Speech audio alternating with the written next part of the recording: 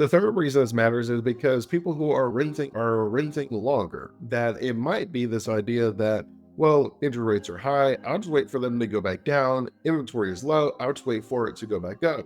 I'll sell my home and I'll rent for a year or three, and we'll just kind of see what happens when the market goes back and it becomes a buyer's market again. I will then take advantage and I'll purchase my home.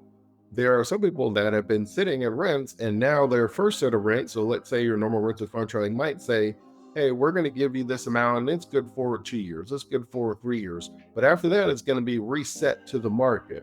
So you're like, no problem. I had 3 years, not an issue at all. Now you're sitting there and it's getting close to that 3 years.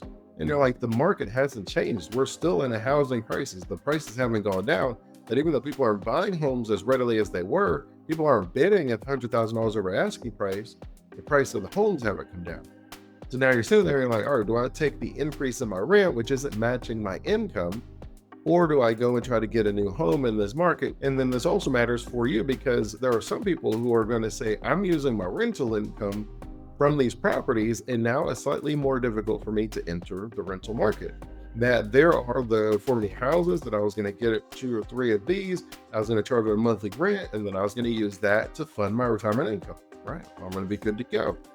But if I'm now having to bid against these institutional investors, if I'm now bidding against these hedge funds where they're starting to buy up blocks and they're grouping them together, I don't know if I'm able to compete. The price for me to enter the rental industry has now increased, which naturally is going to be difficult if that is one of the three streams of income that you were thinking of using in your own personal retirement plan.